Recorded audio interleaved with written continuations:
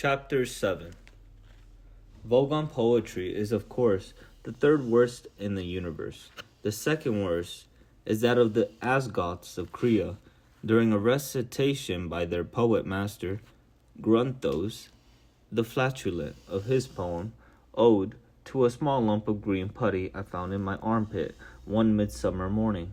4 of his audience died of internal hemorrhaging, and the president of the Mid-Galactic Arch-Nobling Council survived by gnawing one of his own legs off.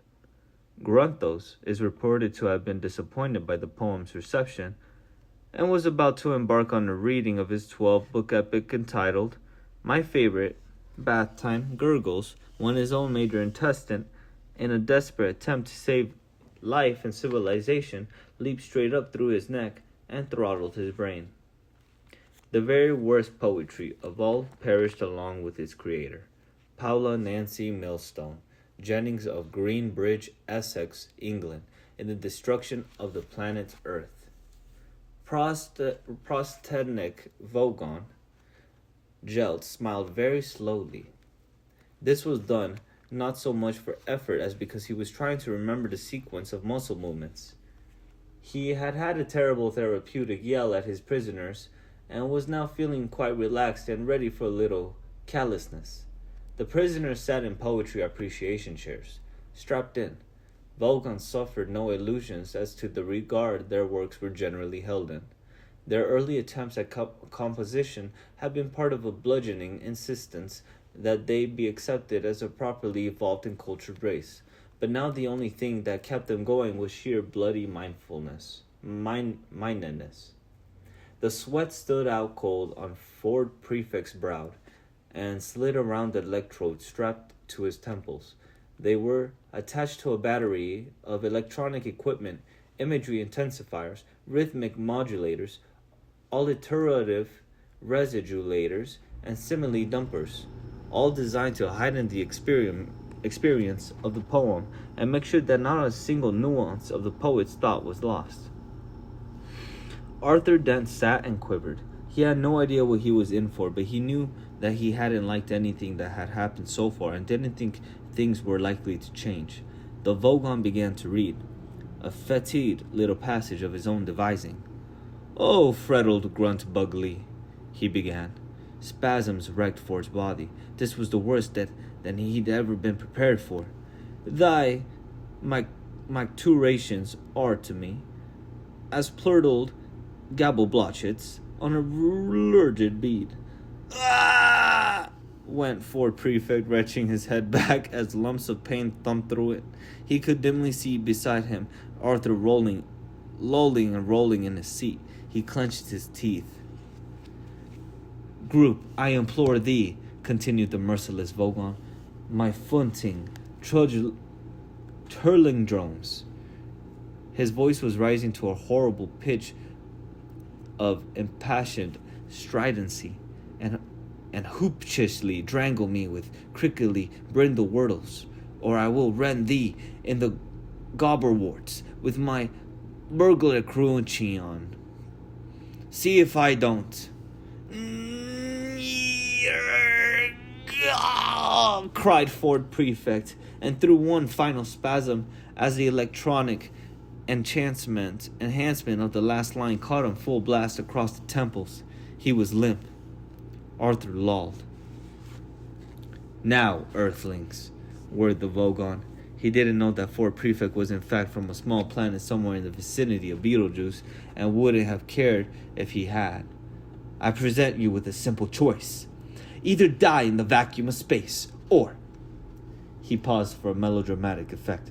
"Tell me how good you thought my poem was." He threw himself backward into a huge leathery bat-shaped seat and watched them. He did the smile again. Ford was rasping for breath. He rolled his dusty tongue round his parched mouth and moaned. Arthur said brightly, "Actually, I quite liked it." Ford turned and gaped. Here was an approach that had quite simply not occurred to him. I wonder, because he doesn't understand, what's his name? Doctor Who? Ford doesn't understand metaphors and similes, right? So I don't think he's gonna lie either. So He's probably gonna mess up and be like, oh yeah. Oh yeah. You know? No, you suck. Even though Arthur tried to save them. So let's see if that happens. I hope this isn't a predictable book.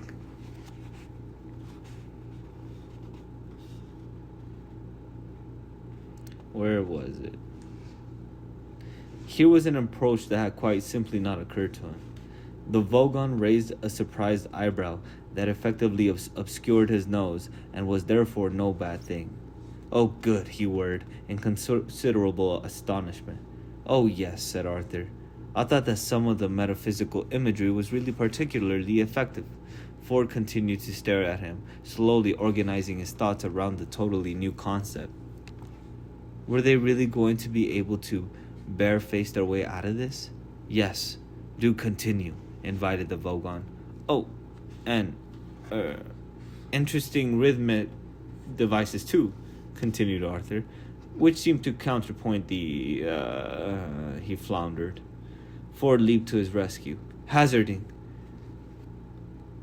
Counterpoint the surrealism of the underlying metaphor of the, he floundered too, but Arthur was ready again. Humanity of the Vogonity, Ford hissed at him. Ah, yes, Vogonity. Sorry, of the poet's compassionate soul.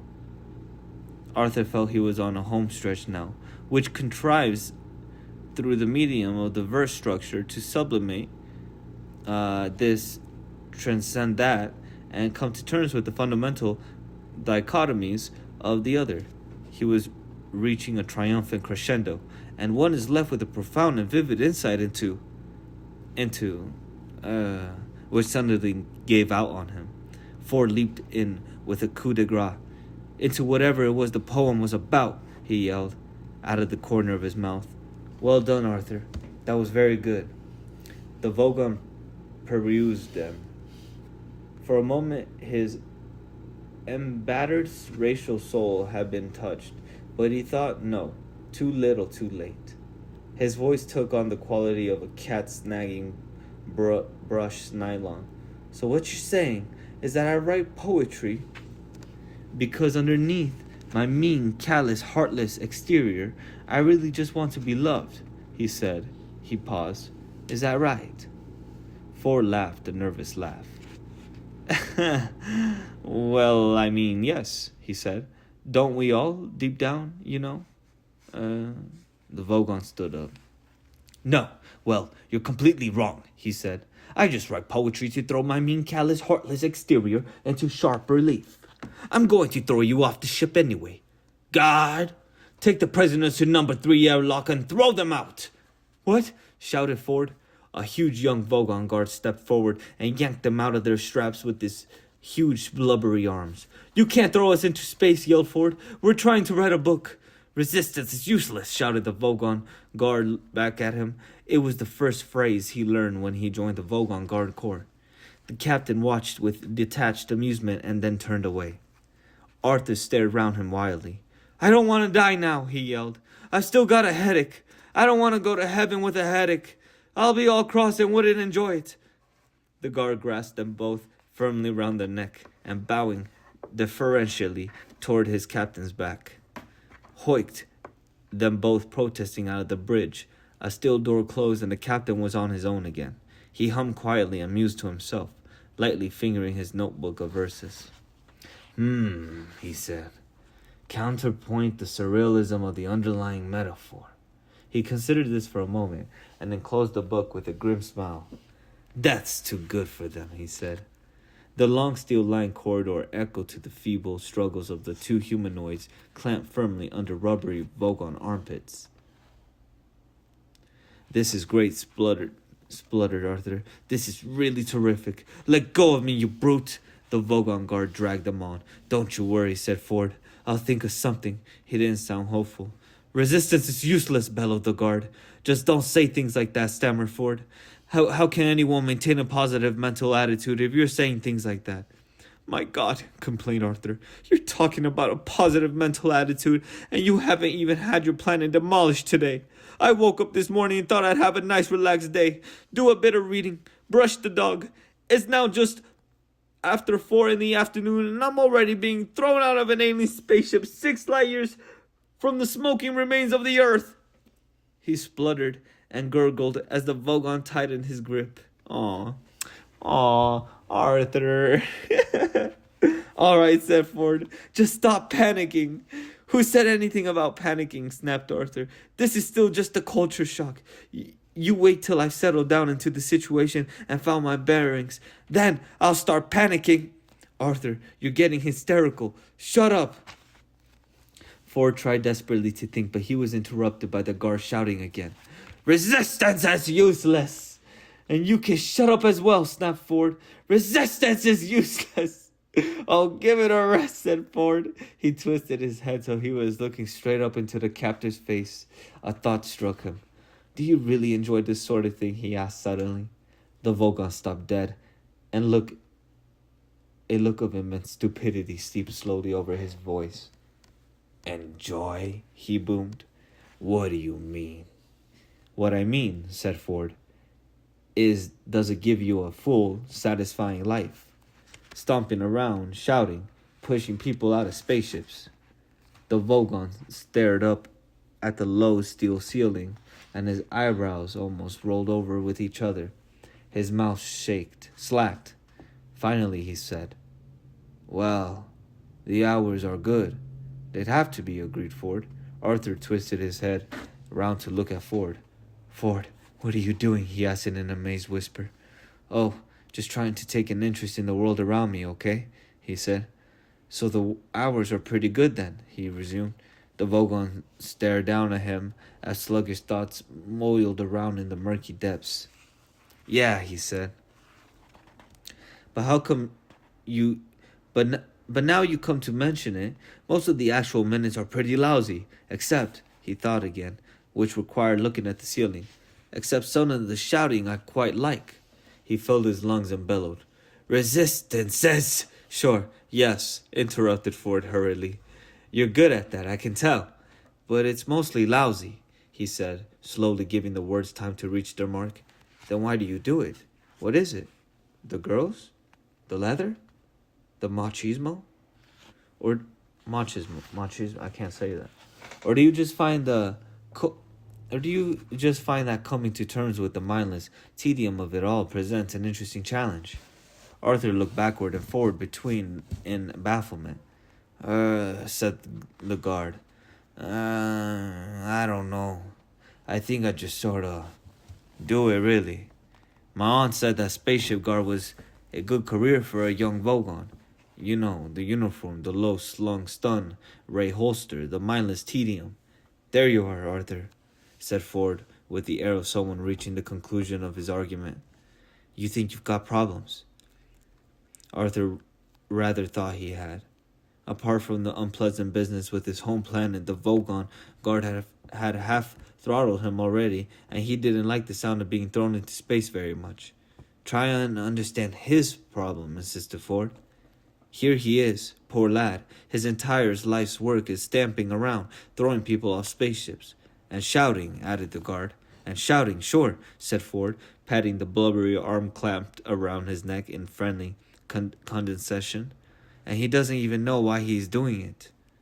Arthur agreed this was very sad. He did this with a small feeble gesture because he was too asphyxiated to speak. Deep rumblings of bemusement came from the guard.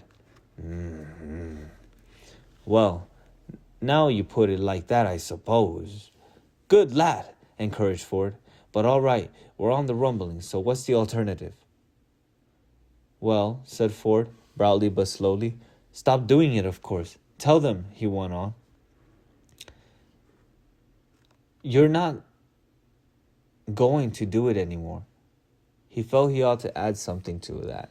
But for the moment, the guard seemed to have his mind occupied pondering that much. Said the guard. Well, that doesn't sound that great to me. Ford suddenly felt the moment slipping away. Now, wait a minute, he said. That's just a start, you see. There's more to it than that, you see.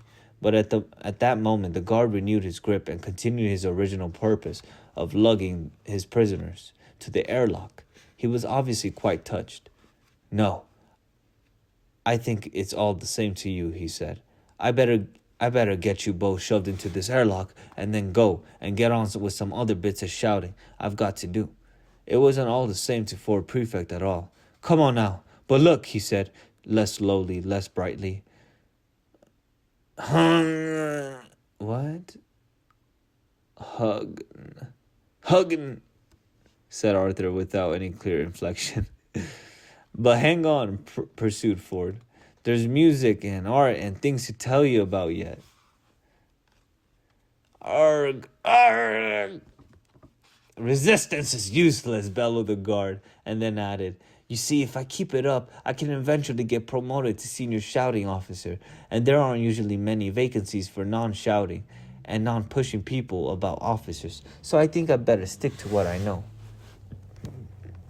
They had now reached the airlock. A large circular steel hatchway of massive strength and weight led into the inner skin of the craft. The guard operated a control, and the hatchway swung smoothly open. "But thanks for taking an interest," said the Vogon guard. "Bye now." He flung Ford and Arthur through the hatchway into the small chamber within. Arthur lay, panting for breath. Ford scrambled round and flung his shoulder uselessly against the reclosing hatchway. "Oh no. But listen," he shouted to the guard. "There's a whole world you don't know anything about. Here, how about this?" Desperately, he grabbed for the only bit of culture he knew offhand. He hummed the first bar of Beethoven's Fifth. Da-da-da-dum. "Doesn't that stir anything in you?" "No," said the guard. "Not really, but I'll mention it to my aunt." If he said anything further after that, it was lost. The hatchway sealed itself tight, and all sound was lost except the faint, distant hum of the ship's engines. Damn. They were in a brightly polished cylindrical chamber about 6 feet in diameter and 10 feet long. Ford looked around it, panting. "Potentially bright lad, I thought," he said, and slumped against the curved wall. Arthur was still laying in the curve of the floor, where he had fallen. He didn't look up. He just lay panting. "We're trapped now, aren't we?" "Yes," said Ford. "We're trapped." "Well, didn't you think of anything? I thought you said you were going to think of something. Perhaps you thought of something and I didn't notice?" "Oh, yes, I thought of something," panted Ford. Arthur looked up expectantly. "But unfortunately," continued Ford, "it rather involved being on the other side of this airtight hatchway." He kicked the hatch they'd just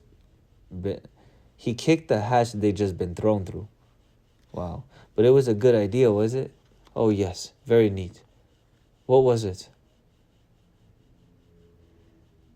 "Well, I hadn't worked out the details yet. Not much point now, is there?" "So, what happens next?" asked Arthur. "Oh, well, the hatchway in front of us will open automatically in a few moments and we will shoot out into deep space. I expect and asphyxiate. If you take a lungful of air with you, you can last for up to 30 seconds, of course," said Ford. He stuck his hands behind his back, raised his eyebrows, and started to hum an old Beetlejuicean battle hymn. To Arthur's eyes, he suddenly looked very alien. "So this is it," said Arthur. We are going to die." "Yes," said Ford. "Except—" "No! Wait a minute!" He suddenly lunged across the chamber at something behind Arthur's line of vision. "What's the switch?" he cried. "What? Where?" cried Arthur, twisting around. "What the hell did you find, bro?" "No, I was only fooling." "What?" That was funny, bro. That was funny. "We are going to die after all." God damn! He slumped against the wall again and carried on the tune from where he left off. "You know," said Arthur, "it's at times like this when I'm trapped in a Vogon airlock with a man from Beetlejuice and about to die of asphyxiation in deep space that I really wish I listened to what my mother told me when I was young." "Why? What did she tell you?" "I don't know. I didn't listen." "Oh," Ford carried on humming. "This is terrific," Arthur thought to himself. "Nelson's column has gone. McDonald's has gone. All that's left is me and the words mostly harmless. Any second now, all that will be left is mostly harmless. And yesterday the planet seemed to be going so well. A motor worm. A slight hiss built into a deafening roar of rushing air as the outer hatchway opened onto an empty blackness, studded with tiny and possibly bright points of light. Ford and Arthur popped into outer space like corks from a toy gun. That was the best chapter of the book so far. Am I hooked? I don't think I'm hooked, but it's enjoyable. I really like this YouTuber called Bookpilled. And he doesn't like Hitchhiker's Guide. He says he thinks he was too old when he read it. Bookpilled, check him out. He's really cool. He's got his own bookshop online, and he just does a bunch of sci-fi books for his channel. Really cool guy. Yeah, he didn't like it, but I still wanted to read it, and I read it, and well, it's fun, whatever. Is it stupid? I don't know. They always represent lizard aliens stupid, right? Don't they always do that?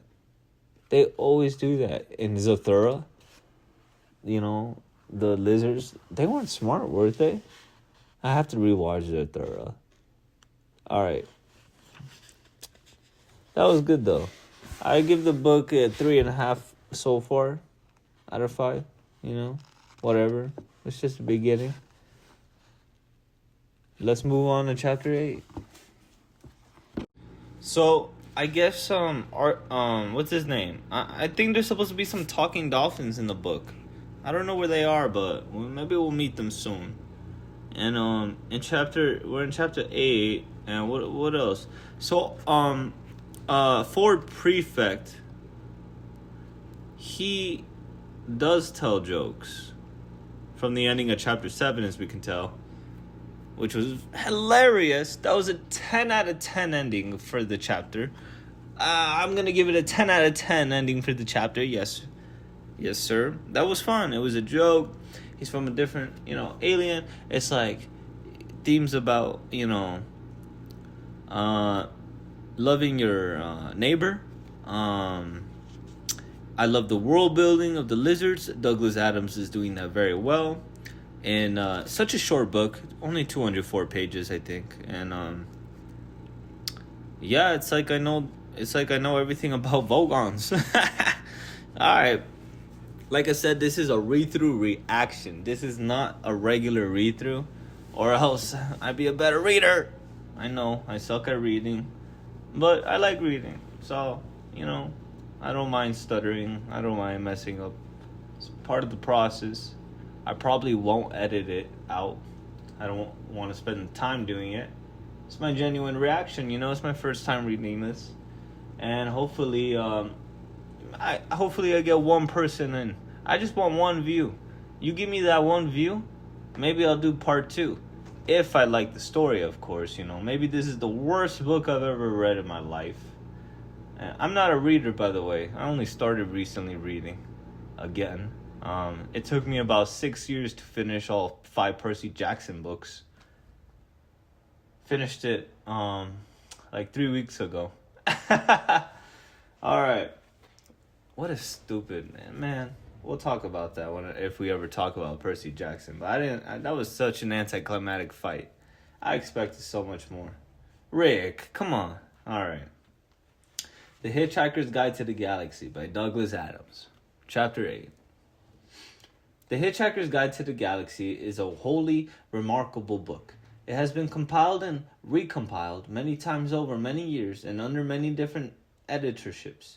It contains contributions from countless numbers of travelers and researchers. The introduction begins like this. Space, it says, is big, really big. You just won't believe how vastly, hugely, mind-bogglingly big it is. I mean, you may think it's a long way down the road to the chemist, but that's just peanuts to space.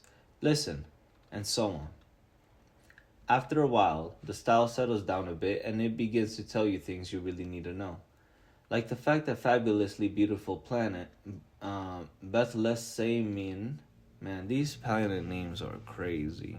I can't say any of them, it looks like.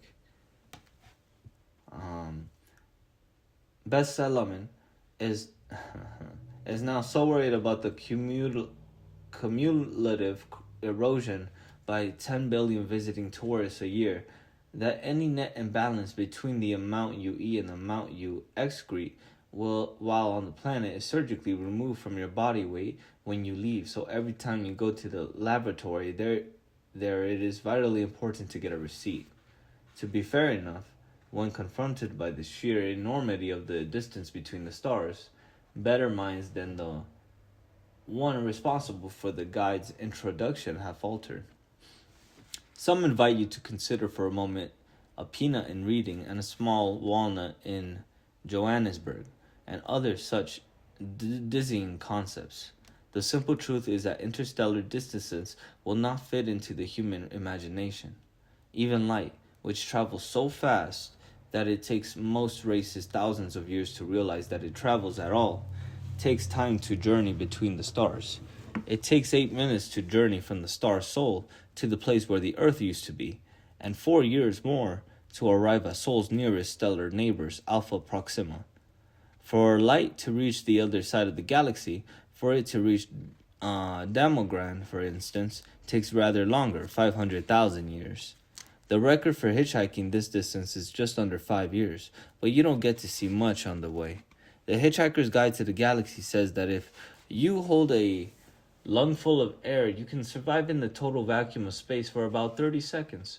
However, it does go on to say that with space being the mind-boggling size, it is the chances of getting picked up by another ship within those 30 seconds are 2 to the power of 276,709 to 1 against. By a totally staggering coincidence, that is also the telephone number of an Islington flat where Arthur once went to a very good party and met a very nice girl whom he totally failed to get off with. She went off with a gate crasher. Though the planet Earth, the Islington flat, and the telephone have all now been demolished, it is now comforting to reflect that they are all in some small way commemorated by the fact that 29 seconds later, Ford and Arthur were rescued.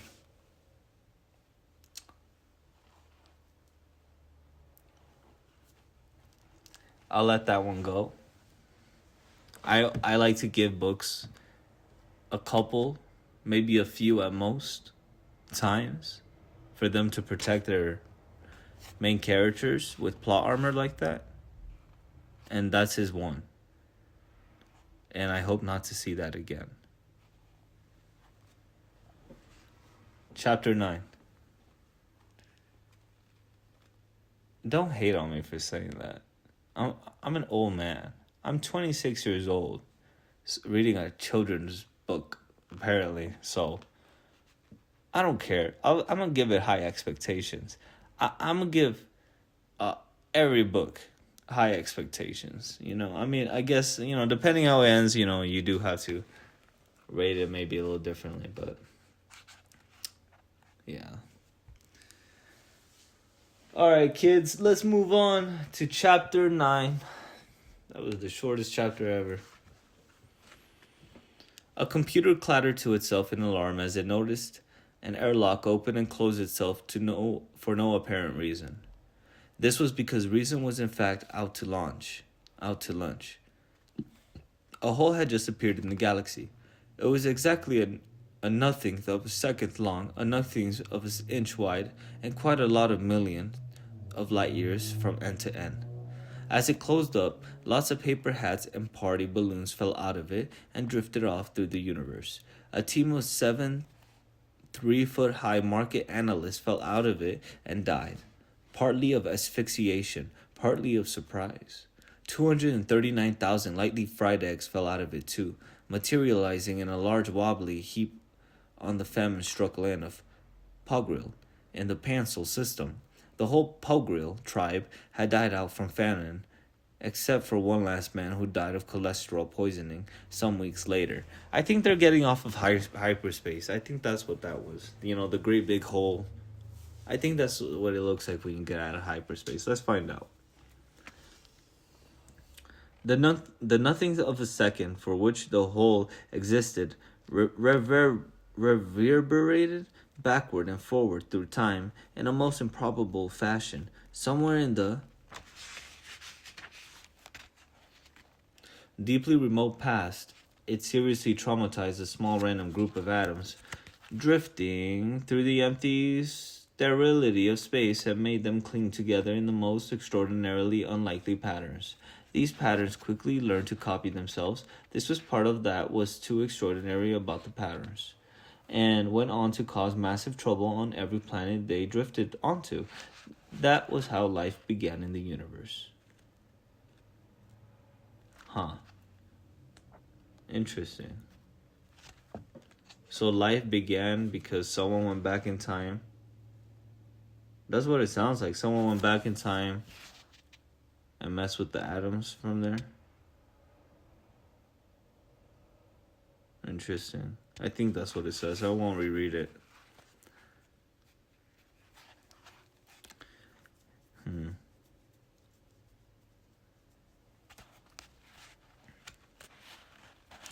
Five wild event maelstorms swirled in viscous storms of unreason and spewed up a pavement. On the pavement lay Ford Prefect and Arthur Dent, gulping like half-spent fish.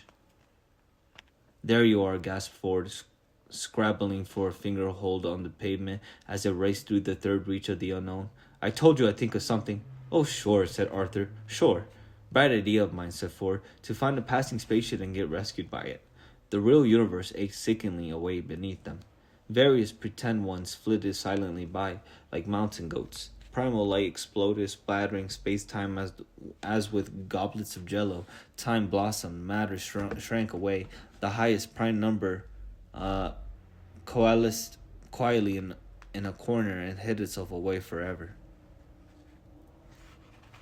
I can't believe they were picked up in a spaceship 29 seconds later. I still can't believe. I've never seen that. I don't think I've ever seen that happen in a story before. I might have to take away that point and just give it to me, because that's actually, I've never seen that happen. It's quite unique, I think.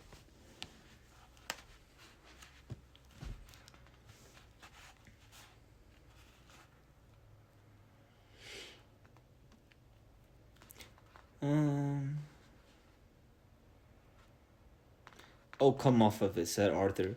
"The chances against it were astronomical." "Don't knock it. It worked," said Ford. "What sort of ship are we in?" asked Arthur as the pit of eternity yawned beneath them. "I don't know," said Ford. "I haven't opened my eyes yet." "No, nor have I," said Arthur. The universe jumped, froze, quivered, and splayed out in several unexpected directions. Arthur and Ford opened their eyes and looked about in considerable surprise. "Good God," said Arthur. "It looks just like the sea front at Southend." "Hell, I'm relieved to hear you say that," said Ford. "Why?" "Because I thought I must be going mad." "Perhaps you are. Perhaps you only thought I said it." Ford thought about this. "Well, did you say it or didn't you?" he asked. "I think so," said Arthur. "Well, perhaps we're both going mad." "Yes," said Arthur. "We'd be mad, all things considered, to think this was Southend." "Well, do you think this is Southend?" "Oh, yes. So do I." "Therefore we must be mad." "Nice day for it." "Yes," said a passing maniac. "Who is that?" asked Arthur. "Who? The man with the 5 heads and the elderberry bush full of kippers?" "Yes." "I don't know. Just someone." "Ah."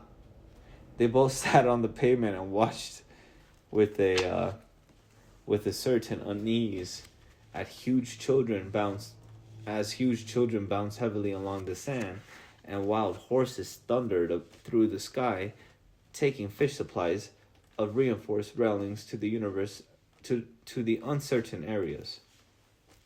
"You know," said Arthur with a slight cough, "if this is Southend, there's something very odd about it." "You mean the way the sea stays steady as a rock and the buildings keep washing up and down?" said Ford. "Yes. I thought that was odd too, in fact." he continued as with a huge bang Southend split itself into 6 equal segments, which danced and spun giddily round each other in lewd and licentious formations. There is something altogether very strange going on.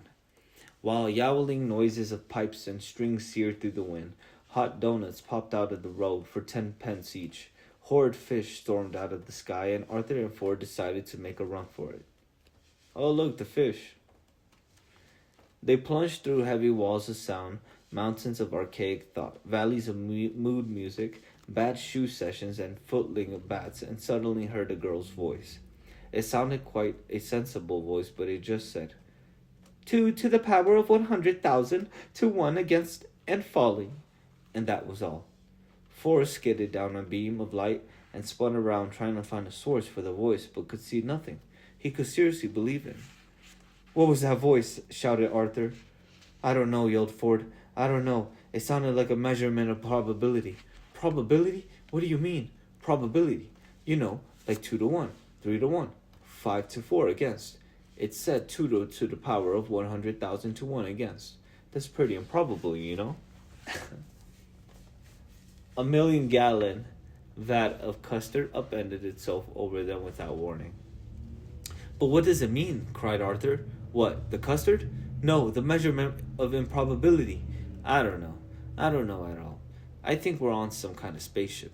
I can only assume, said Arthur, that this is not the first-class compartment.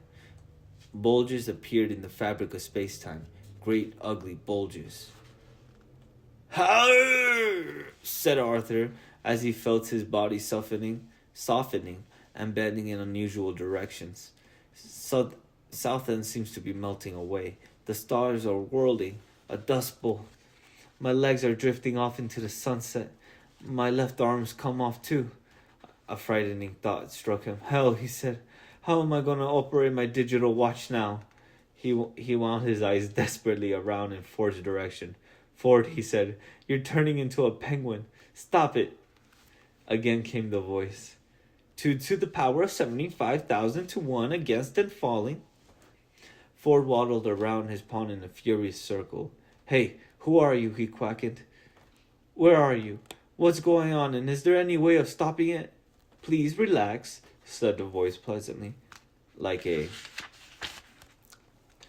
stewardess in an airline with only 1 wing and 2 engines, one of which is on fire.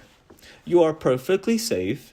But that's not the point, raged Ford. The point is that I am now a perfectly safe penguin, and my colleague here is rapidly running out of limbs. It's all right. I've got them back now. Oh, shit. It's all right. I've got them back now, said Arthur. 2 to the power of 50,000 to 1 against them falling, said the voice. Admittedly, said Arthur, they're longer than I usually like them, but... Isn't there anything? Squawked Ford in an avian fury. You feel you ought to be telling us.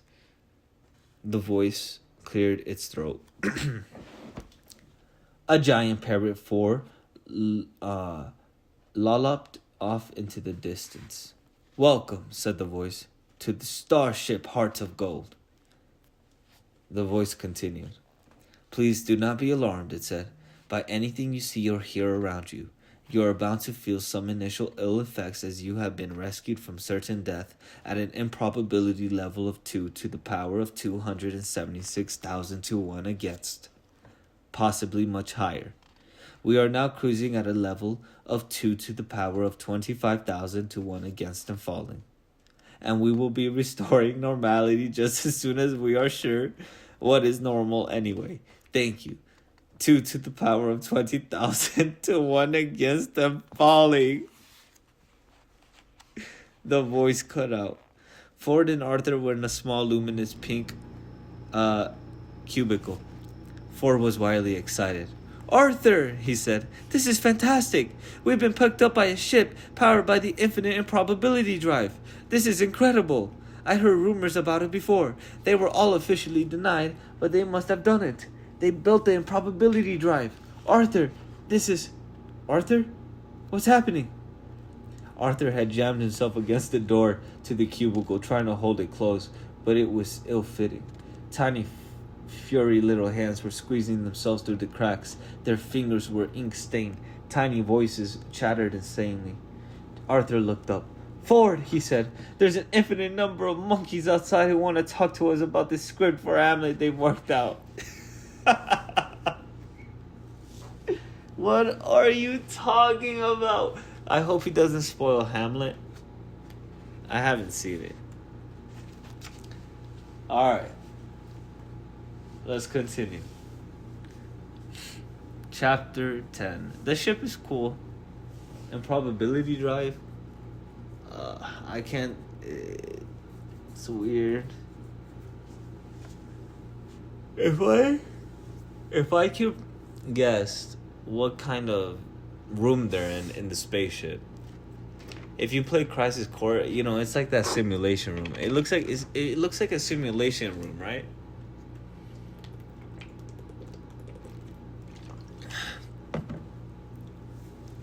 All right. Let's find out if I'm right.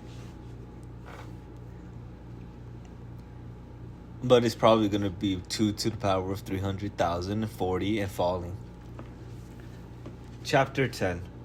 The infinite improbability drive is a wonderful new method of crossing vast interstellar distances in a mere nothing of a second, without all that tedious mucking about in hyperspace. It was discovered by a lucky chance, and then developed into a governable form of propulsion by the galactic government's research team on Damogran. This, briefly, is the story of its discovery.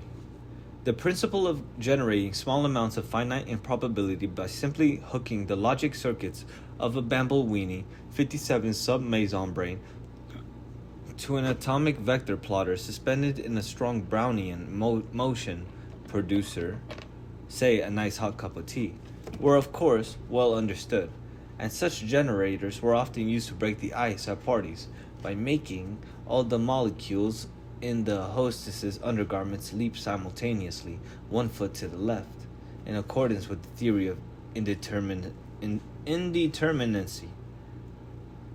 Many respectable physicists said that they weren't going to stand for this, partly because it was a debasement of science, but mostly because they didn't get invited to those sorts of parties. Another thing they wouldn't stand was the perpetual failure they encountered in trying to construct a machine which could generate the infinite improbability field needed to flip a spaceship across the mind-paralyzing distances between the farthest stars, and in the end, they grumpily announced that such a machine was virtually impossible.